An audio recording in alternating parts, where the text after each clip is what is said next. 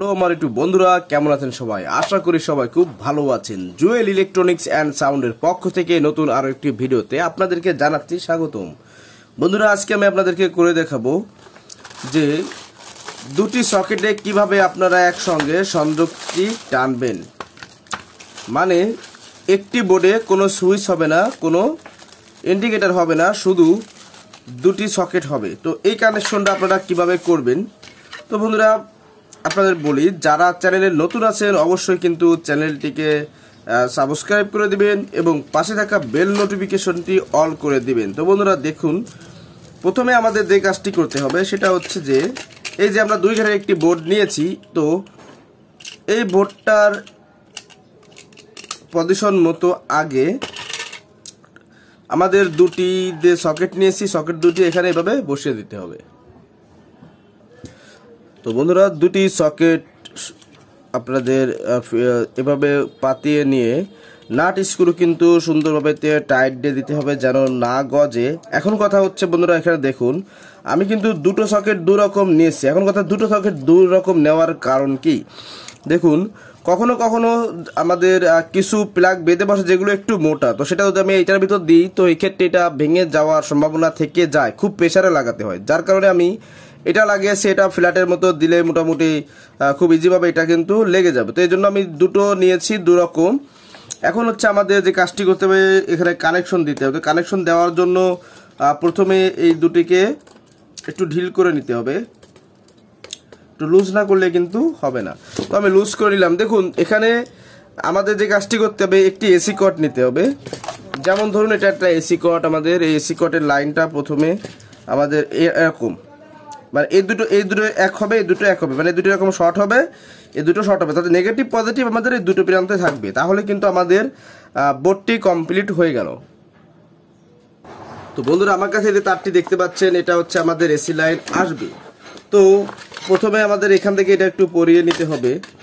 পরিয়ে নেওয়ার পর আপনারা যে কাজটি করবেন, এখানে একটা গিট দিয়ে দিবেন, এভাবে একটা গিট্টু লাগিয়ে দিবেন। দেখুন আমি গিট্টু দিয়ে দিয়েছি।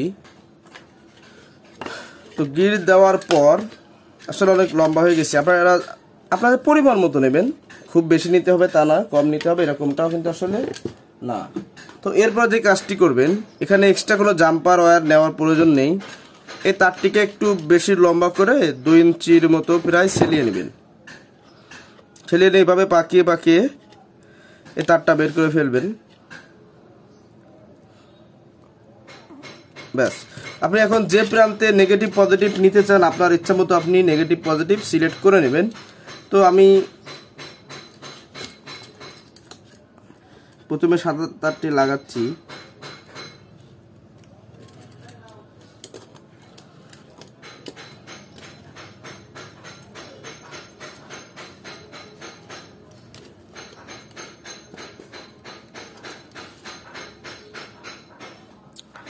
তো আমাদের এটা কিন্তু অবশ্যই লুজ করে নিয়ে লাগিয়ে দিতে হবে। তো এখানে আমি ডাবল ভাঁজ করে দিয়ে, আমাদের তারটা একটু লম্বা ছিল যার কারণে আমরা ডাবল করে দিয়েছি। আপনারা চাইলে ডাবল সিঙ্গেল যেভাবে খুশি দিতে পারেন, কোনো সমস্যা নাই। তবে চেষ্টা রাখবেন এটাকে যেন খুব ভালোভাবে টাইট দেওয়া হয়। হ্যাঁ, ভালো টাইট না দিলে কিন্তু এটা পারফরমেন্স ভালো পাবেন না। তো নাটটাকে সুন্দরভাবে এখন টাইট দিয়ে দেবো আমরা। আমাদের তার লাগানো হয়ে গেছে একটা,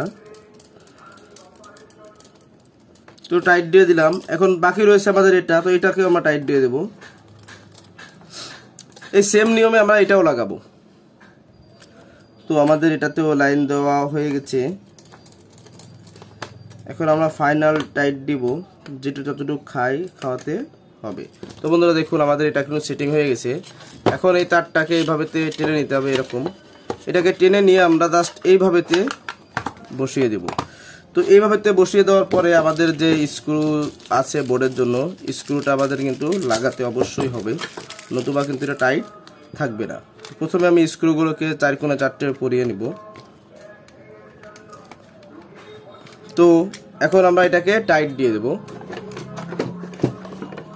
দেখুন, টাইটটা দিবেন পরিমাণ মতো, খুব বেশি দিয়ে কিন্তু বোর্ডের প্যাচ নষ্ট করা যাবে না কোনোভাবেতেই না। তো দেখুন আমি টাইট দিচ্ছি।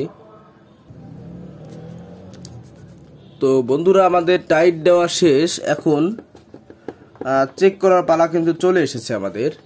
আমরা এখন চেক করব। তো চেক করার জন্য যে কাজটি করতে হবে, আমাদের এটার যে মাথা আছে, তারের মাথা, এই যে মাথাটা, এটা এখানে একটা প্লাগ লাগাতে হবে। প্লাগ লাগিয়ে এটা কারেন্টে দিতে হবে। তো বন্ধুরা, আমি এটাকে কারেন্টে দিয়ে দিয়েছি। এখন আমরা মাল্টিমিটার দিয়ে আমাদের ভোল্টেজটা চেক করে দেখবো যে আমাদের কানেকশনগুলো কি টানা ঠিক আছে কি নেই।